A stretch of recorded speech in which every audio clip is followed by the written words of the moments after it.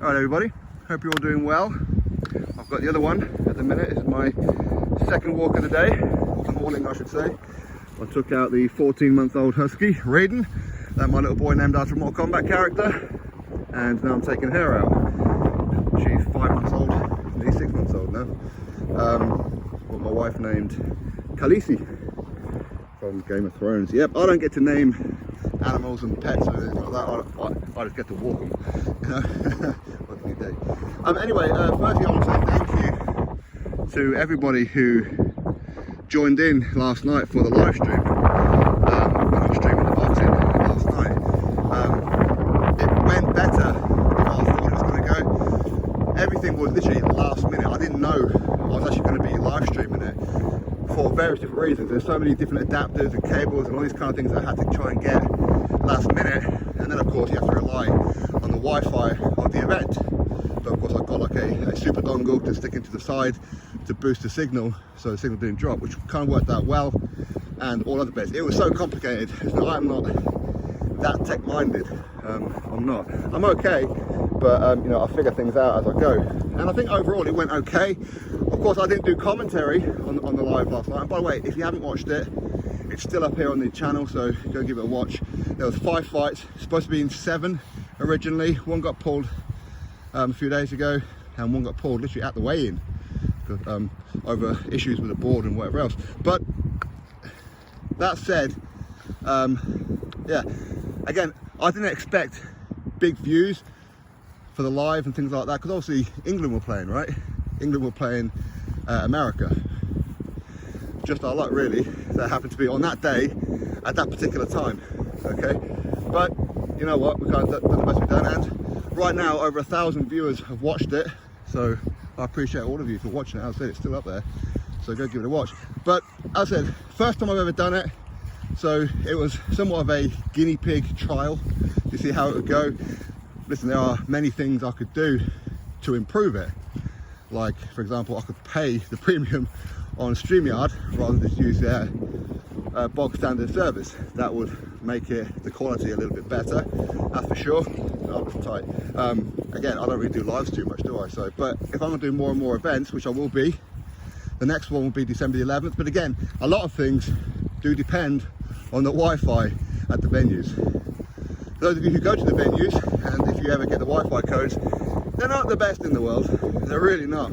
But anyway, so yeah, there's plenty of things I can do. So I was figuring it out as I was going along. I was trying to control the camera, the camcorder. Eventually I figured out literally last minute how to remove things from the screen from the camera and how to do it. I had to run around yesterday getting different kinds of adapters and spent a fair bit of money and a lot of time, and then of course I had to rely on the Wi-Fi. But otherwise you'd have had like the recording time, the battery power and all that kind of stuff on the screen. But yeah, eventually I figured it out, which turned out to be one button saying display. Click that and it removed it all, which is kind of good. All buying one square dot. Hey, that ain't too bad. But again, there's plenty of things I could do. The audio, I know that weren't great, but again, I weren't doing commentary, so it didn't really matter. Obviously I wasn't doing commentary because I didn't have the microphone or anything. And the reason I didn't have the microphone is because my microphone, which is a Rode Reporter microphone, which is one of the best around apparently, it couldn't fit into the slot because the adapter that I bought to go into the video converter, I don't know if I'm losing anybody here, the adapter got in the way of the slot for the microphone. So it's either a case of not stream or have audio quality that's direct from the laptop, which isn't always good. But hey, there are ways around it, and I'm gonna figure all that out. And I'm not gonna say that I'm gonna be commentating myself, not necessarily. I mean, I may give it a go at some point, but I'm gonna get other YouTubers to do the commentary for me and figure out a way for those who are not with me live in the arena to do it remotely. I think there's a way to do it. Okay, so I'll be asking different YouTubers and whatever else, and of course some professional boxers who I know. You know, I'll be asking Stephen Robinson, I'll be asking Lewis Ritson and Josh, Troy Williamson and whoever else to do some of it for me and alongside me and alongside other people going forward.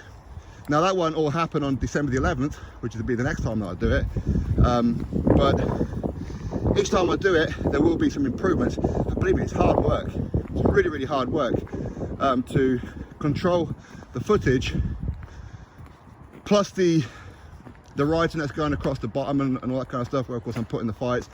In between the rounds, of course, they're playing music, so I have to mute it, because obviously I don't have the authority to play the music like what you know, other platforms do.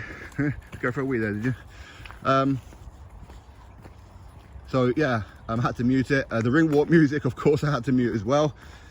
I don't want strikes or any kind of issues, so it's best I mute it. And of course I have to change the wording to say I've muted it because of the copyright laws. And it was hard work, really, really hard work. And as I said, all that work really, when I knew not many people were going to watch it live, because obviously my subscriber base is pretty much British, and if England are playing, it's going to be a bit of a problem, isn't it? It really is. But you know what we may do, and it worked out all right. But now I know how to do some other things. There's a nice lad showed me yesterday about the OBS. I do use OBS, but not for the live streaming, but I can use OBS, and if I can hook up a couple of extra cameras, different angles, basically you can pretty much have what they do on Sky and DAZN and BT Sport and whatever else. You can pretty much do that all through that program, and it's not that complicated. Just that I'm a little bit pig-headed, where I like to do everything myself, because I don't trust people. I don't know what, it's not that I don't trust people, it's just that how I want things, they may not do. Listen, I know it's an issue of mine, but you know, what can I do? But yeah, I said it's very, very hard work. It really was hard work. So December the 11th, I'll be doing it again for another show, and it will be an improvement on last night's one, because I said that's the first time I've ever done it. And I think all in all, with all the things that I had to do, with all the tech and everything, I think it worked out all right. So each time I do it, it's going to get better and better and better. This time next year, Rodders, this time next year, we're going to have everything so much better, have commentators, have different camera angles, so it looked good. And I know, okay, they're not fighters that you're all going to know so much, okay, but in time you watch them, you'll get to know them. And I think it's important as well for prospects. As I've said from the very beginning of my channel, prospects is what's important. You know, you guide them correctly and hopefully follow them through to achieve great things in the sport. And I think that's what's important about these live streams, because it's one thing for me to record them and then upload them next day, which, by the way, takes me the best part of an entire day to upload several fights. It's an absolute nightmare. It really is. It's so much hard work. It's easier for me to do the live stream, even though that's hard work in itself.